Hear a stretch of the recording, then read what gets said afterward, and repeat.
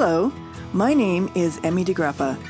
Each week, we bring you stories asking our guests the question why. We learn about passion, purpose, and the human experience. Brought to you by Wyoming Humanities with the generous support of the Wyoming Community Foundation. This is What's Your Why?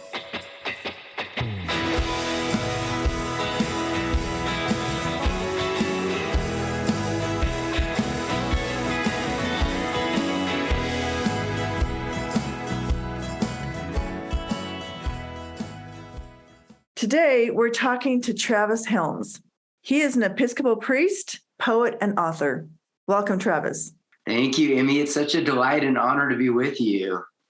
Well, when I was reading your bio, and thank you for saying that. When I was reading your bio, the author of Blowing Clover, Falling Rain, a theological commentary on the poetic canon of the American religion. So I thought that was interesting, one, that you're an author and you've written a book about poetry. And how did that become part of your work as an Episcopal priest? Oh, that's such a fascinating question. And I know that the subtitle of that academic book you mentioned is a real mouthful. I remember giving a copy of it to my beloved mother-in-law one Christmas, and she said, "Trav, I think you've got to translate this subtitle for me. It's just a little bit cumbersome." But that is a book that came out of the doctoral research that I undertook on 4 American poets, beginning with Ralph Waldo Emerson and Walt Whitman, and then extending to a couple 20th century poets. And it really, this project was an extension of a line of inquiry that I began exploring as a master's student at Yale Divinity School when I was being trained as a seminarian, to try to explore the ways in which poems are able to uniquely embody or perform spiritual truth. So if you think about it, Emmy, we've got these great sort of mysteries that I think priests and scholars and artists are always attempting to explore with our limited intellects, these great questions of grace and truth and beauty and the nature of the divine. And our intellects can only get us so far, but I believe that works of art, and in particular poetry, which I define as language aspiring to the condition of music, is able to give us an emotional experience of the ideas that they're trying to convey conceptually. So it can give us a felt experience of grace or anguish or wonder in ways that more sort of academic writing can't. So I tried in that book to just show how a couple of the poets I love the most are doing that work of sort of performing spiritual truth. And I feel like as a priest as well, that's so much of what my work involves, especially from the pulpit, is trying to help people have a felt experience of the divine, of the sacred. You could call it the divine or wonder or beauty or quantum weirdness, but whatever this deeper reality is that we can't explain away through our senses or scientific analysis. So I feel like poetry accomplishes that work, and it's what I try to do in my ministry as well. That is a wonderful explanation. Let me go back a little bit further, because that sparked another interest. What religion did you grow up in your house? Yeah, I was born and baptized into the Episcopal Church, which is sort of the American expression of the Church of England or the Anglican tradition. And so I was sort of brought up in the life of the Episcopal Church, which is such an interesting denomination because it comes out of the Roman Catholic Church during the Reformation. So it's got the sort of beautiful, intricate worship service that you might find in a Catholic church and the sacraments, but also this spirit of sort of questioning and reinterpreting the truths of the faith for every new historical period and in every new context. So the Episcopal Church has been ordaining women since 1976 to the priesthood and openly gay, lesbian, and transgender clergy since the early thousands, and has a real sort of social justice element to it in a lot of ways. So I was brought up in the Episcopal Church, and I've always said that I think that there are probably as many different ways of approaching the divine or embodying faith as there are individuals on the face of the globe. And I'm sure that if I were brought up in another tradition, I might have followed a path toward becoming a rabbi or an imam or a shaman. But because I was brought up in the Episcopal Church, priesthood seemed the best way for me to traffic in transcendence. When did you decide? How old were you when you decided you were going to follow that path?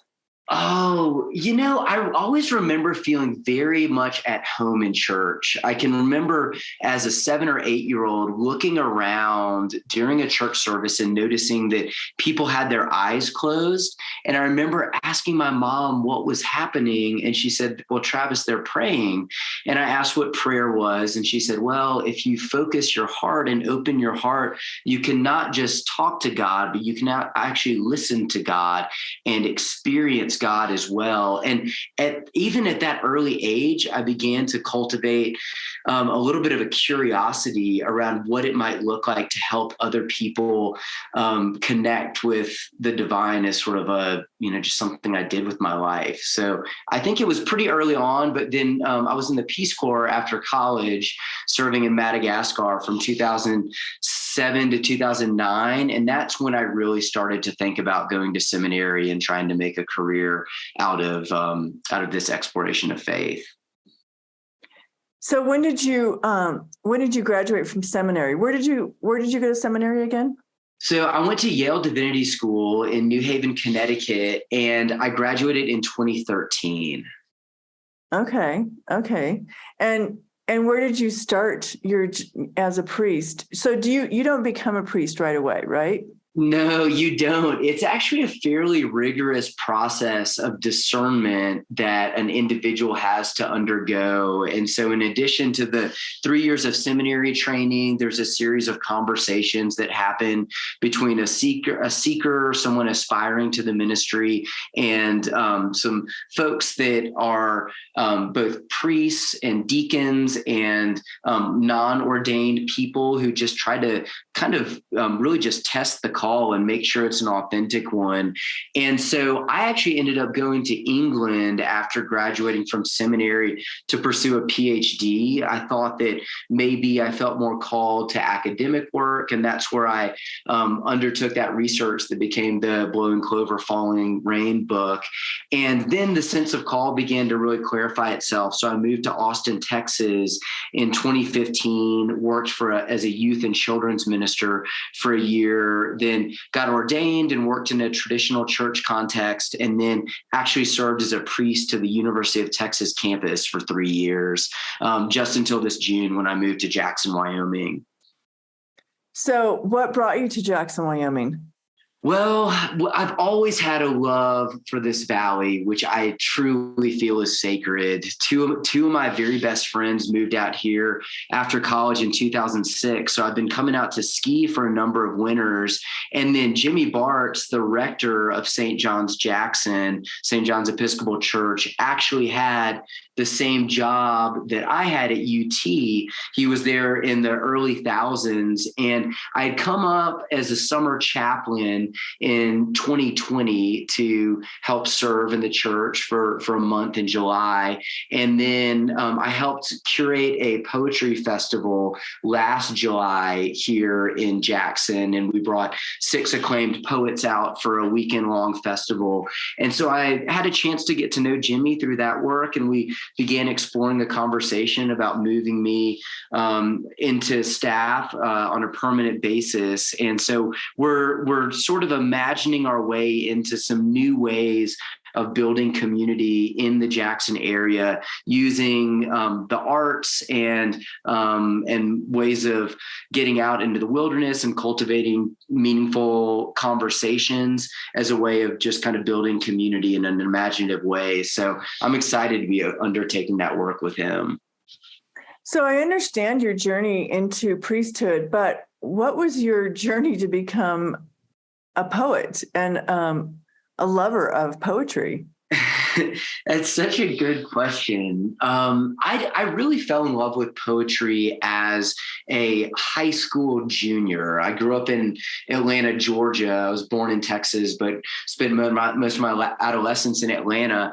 And I can remember, Emmy, feeling very bored during a history class, some discussion of post-World War I diplomacy or something along those lines, and just flipping open my anthology of American literature. And I came across a poem by the poet T.S. Eliot and called The Wasteland. And it was 9 pages long and written in multiple languages. And I thought, goodness, this seems like an interesting thing to have written. And I tried to read it and had a tough time with it, but found a shorter poem by Eliot and read its opening lines that are, let us go then, you and I, as the evening is spread out against the sky like a patient etherized upon a table.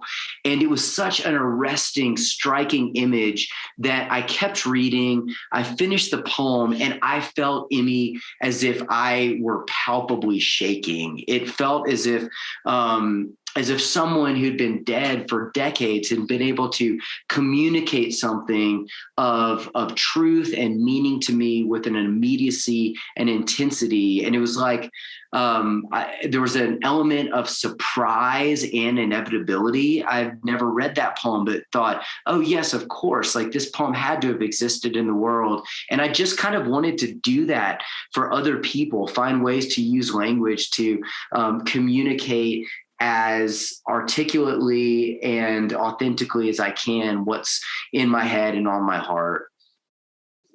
Well, that's interesting that it had that kind of effect on you, and that you really instantly fell in love with the art of poetry and the art of the written word and how it does affect people.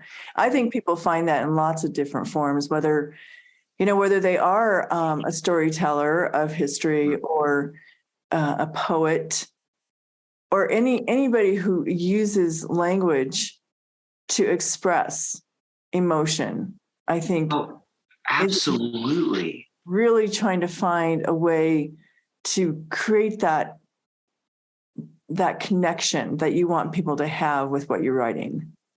You're so right, Emmy. And I think that poetry is all around us. I mean, it's embedded in song lyrics, it's in ad campaigns and political slogans. I mean, anytime we're able to strike upon a memorable way of phrasing something so that it sort of lodges in our subconscious mind and we carry it around with us, I think that's poetry. And often I think that so many of us are intimidated by the word poetry or the genre because of the ways in which it sometimes gets taught in elementary, middle, or high schools. We're taught that there's a certain meaning to a poem and that our job is to try to decipher or decode what the author really intended. And I mean, at its essence, poetry is meant to be enjoyed and savored and delighted in. And so I think any time that we're playing with language and just and savoring it in a joy-inducing way, that's all poetry is. So I think it's all around us, but it gets a little bit of a bad rep by virtue of the way that it's taught or mistaught. Well, that's a good point, because when you start dissecting someone's poem and when they use words, and then in order to get behind the meaning of what they were writing about, sometimes that kind of ruins it. Absolutely. It's like a poem can cast a spell, and we can absolutely, I think, dash or disrupt that spell by trying to get overly analytical about it. Robert Frost said a poem should begin in delight and end in wisdom. And I think we sort of rush on to the wisdom part all too often rather than just delighting in a poem. And often I don't even think a most poets know what they're trying to say until they've actually said it. I mean, the poets that I love and respect the most just sort of follow the musicality of the language and just riff on interesting sound patterns, and then start to ask whatever soundscape they've created what it's trying to say, and then they kind of revise toward sensibility or legibility. But I think that just falling in love with language and experiencing a little bit of that capacity for language to cast a spell or intoxicate is where we ought to be beginning. I've even heard a lot of history scholars say that, history professors, history scholars, because like you were saying, you were so bored in your history class. And really, history is the story of people. And if we want young people to get involved in history, we have to stop teaching it like it's a document to decipher, but rather it is someone's journey and story. And that would be much more interesting, and is a lot more interesting when you read a history book that is actually a story and not these, on this date, this happened, and then this happened on this date. That's just, I don't like that. Anyway, that's my personal opinion. Nor do I. And I think that we so frequently forget that fact, that this is all about narrative. This is about us, studying sort of what has been and how events have unfolded as a way of kind of making sense of this present moment and why we're here and where we could potentially be going collectively as a culture, as a society, as a human race. And just you're mentioning the importance of story, Emmy, just makes me think too about sort of how infrequently we pause in our daily lives to really attend to one another's stories. And I kind of wonder, how much of the political divisiveness and polarization and misunderstanding that we're sort of experiencing in our current cultural moment might resolve itself if we could just slow down enough to really listen to one another and attend to one another's stories. So I know that, our culture is just puts such a high value on efficiency and kind of output. But gosh, I think that one of the things that arts and the humanities really, really invite us to do is to slow down and just attend more closely to the stories that are embedded everywhere in works of art and in each of our own lives. Right. That's really true, I think. And plus, in this digital age, it's easy to get caught up in the drama. And it's easy to get caught up in actually not paying attention to your own inner feelings about what is happening in the world, because it's just coming at us in a very chaotic way. Yes. Yeah, in a chaotic way, and in a way that's is so fabricated also. I think about, a lot of the college students that I would serve and have conversations with, and how, in so many social media accounts, you're getting sort of a curated presentation of another person. You're not getting a full story with the vulnerability and the sort of, imperfection and misshapenness that sort of characterizes all of our lives, and how that really just sort of reinforces this kind of skewed culture of perfectionism and comparison that we're all sort of enmeshed in. And I just think that storytelling is so crucial. And it's cool that, a medium like this, that podcast, gives us a chance to tell a little bit of a story. And I know that so much good storytelling is happening in Wyoming as well. And it's exciting to be a part of it. Oh, good. Well, I'm glad to hear that. So tell me about what does it mean when you say, what is the Logos Poetry Collective? Is it a organization? Is it a collection of poetry? What is it? Sure. So Logos is a reading series that I launched in 2018 while still living in Austin, Texas. And the idea was to try to find ways to artfully, lovingly, non-dogmatically fold aspects of sacred ritual into the format of a poetry reading to create a way of gathering and sharing literature and poetry in particular that felt participatory and dynamic. Amy, I don't know if you've had this experience, but so often when I go to different literary readings and literary events, it can feel so transactional, like you're just passively absorbing poetry or a story as an audience member, or you're just kind of offloading it on someone from the podium. So the idea of Logos was to add elements of, we kind of basically map aspects of a Sunday church service onto the format of a poetry reading. So we have some moments of quiet and we have some responsive readings, the way you might read a poem in church or a psalm in church to sort of open and close the reading. We have two featured poets and they would give a reading and then there's some conversation about the reading. And we launched this at a brewery called Lazarus in East Austin. So there would be a kind of communion aspect of tacos and libations toward the end of the gathering. And so during the pandemic, we translated the format onto digital. So have had Logos gatherings via Zoom once a month that are then live streamed to Facebook. And so Logos is actually part of a larger nonprofit that I co-direct with my friend Jason Myers, who's an Episcopal priest and an amazing poet working in Houston, Texas. And this larger nonprofit we run is called EcoTheo Collective. And our mission is to enliven conversations and commitments around ecology, spirituality, and art, and to celebrate wonder. And so we have a quarterly print and an online journal called EcoTheo Review. We also are institutional sponsors for a couple poetry competitions. One for emerging Black poets and one for emerging Latinx poets.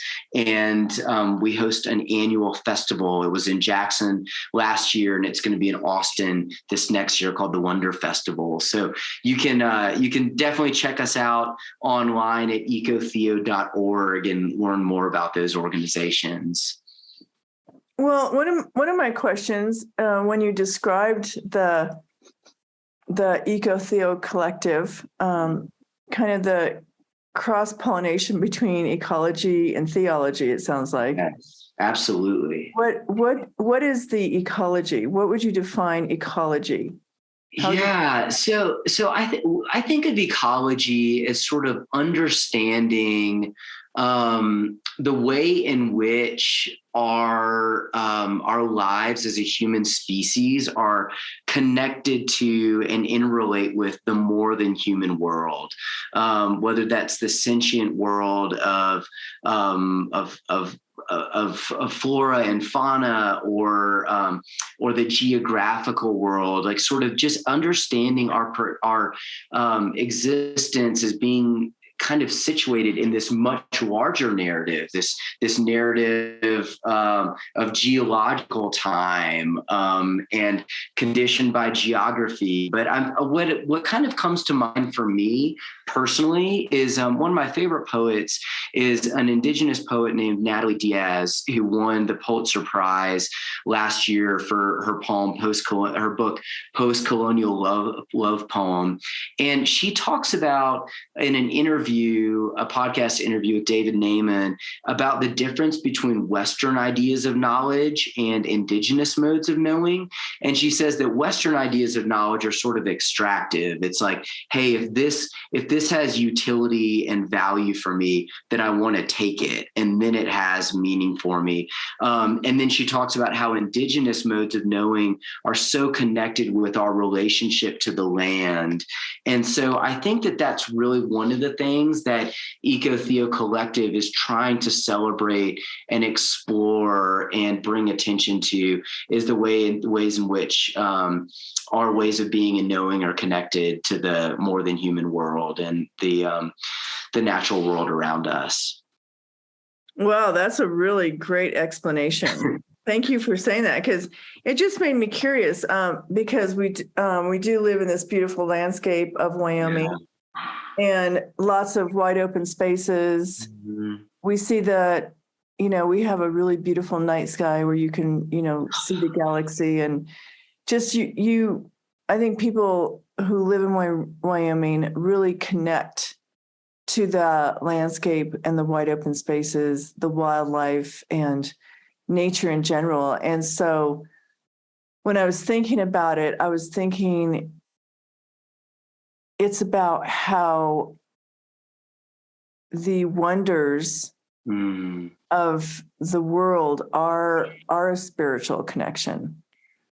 Absolutely. So I was reading about your, when I was doing some research, I was reading about your EcoTheo Collective, and just trying to think about how I think about that. Maybe it's different than you think about that when you think about those words and the way you combined them. Yeah, maybe so. I mean, two kind of thoughts are coming to mind. One is I just read the wonderful book by Robin Wall Kimmerer, Braiding Sweetgrass, and she talks in that book about sort of how just like conservation isn't enough, and she will ask her ecology students, to reflect on whether or not the world loves them or needs them, and to think of the natural world in terms of sort of reciprocity and, what, like, almost this way of sort of relating to the more than human world, like a beloved family member. And I also, the second thing I was thinking of is there's a great tradition sort of in the early church, the church mothers and fathers, the earliest kind of theologians and spiritual teachers, talking about like the two books. And they would talk about the book of sacred scripture that has sort of the presence of the divine somehow infused within it. And then the book of nature, that the book of nature shows forth something of the goodness, truth, and beauty of sort of the divine force that brought it into being, and that it's worth studying almost like a sacred text. And so I definitely have ways of thinking about ecology in a more theological mode as well. And I'm so grateful for that question and the invitation to consider that relationship more deeply. Oh, well, it's just something I thought about when I was going to your website and the EcoTheo Collective, and thinking about that and what that meant to me. Yeah. And, just, how we do try and build bridges, especially in the humanities, between, critical thinking of why people do what they do, and what is our relationship, to the world. And as human beings, what's our human experience? That's the whole definition of the humanities, is the human experience, whether it's literature or archaeology or psychology. There's all different realms of how we experience the world. So it was interesting to read about what you're doing and learn about it, and learn about how you're going to, move this forward as you live in Jackson. It'll be interesting, really interesting. What do you see for your future as a priest and a poet in Jackson? Yeah. Oh, that's such a wonderful question to consider. I mean, I've got a number of sort of, commitments that I'm going to be charge to fulfill here as a priest and poet on the St. John's Episcopal Church staff. One is I'm helping sort of reimagine what our parish's family, youth, and children's ministry looks like. And I'm also just going to continue to do the work of Logos and EcoTheo as one of the co-executive directors. And we're hosting Logos events on the East Coast a couple times this year, and it's kind of become a movable feast. So I'll continue to do that work. But I think some of the church staff and I are really interested in developing relationships and doing some kind of careful, active listening in the community to try to sort of gain a sense of what type of conversations and connected and ways of cultivating community might resonate with Jacksonites and folks in the wider Wyoming area. I think that something like a Logos format doesn't necessarily need to be restricted to involving poetry as well. We could easily bring in a naturalist or a filmmaker or an entrepreneur or a mental health care professional to sort of curate a meaningful conversation around how spiritual dimensions might be at work in any given field or sort of area of undertaking a project. And I'm curious about what it might look like just to gather people for meaningful conversations around spirituality and the arts, and then maybe to find ways just to kind of like get out in this more than human world with other people. I mean, our church has a wonderful sort of outdoor ministry. We actually hiked up Snow King this morning, but finding ways to get out in nature and just build community and relationships is sort of where we're at right now. But we feel unhurried about that. And I'm gonna continue to be patient. I've only been in Jackson for about a month and a half. So I just like to kind of get to know people and listen and learn, and then sort of see what kind of possibility might want to present itself. Oh, great. That's excellent. Well, good luck with that. How old is your daughter? She is 11 months old. Oh my gosh. Okay, good. She is tiny. She's just beginning. That's so fun. I know. And I mentioned that the EcoTheo mission is to celebrate wonder. That's what it kind of distills down to. And goodness, just spending time with an 11-month-old is sort of feels like a constant sort of apprenticeship to learning more about wonder and just how to delight in everything that exists in life. And so I feel like I'm learning to open my eyes and open my heart a bit more just by spending time with this sweet girl. Oh, that's beautiful. Well, it's been great talking to you. And you, Emmy. I will definitely post your websites on your description in your podcast. But I appreciate all your time today. Thank you so much, Travis. Oh, Emmy, it's an absolute delight and honor. Thank you for all the work that you do to continue to build community around the humanities in Wyoming. And it's just an honor to be in this work with you. All right. Thank you. I hope we meet soon. I do too. Thank you so much. Okay. Take care. Bye. Bye.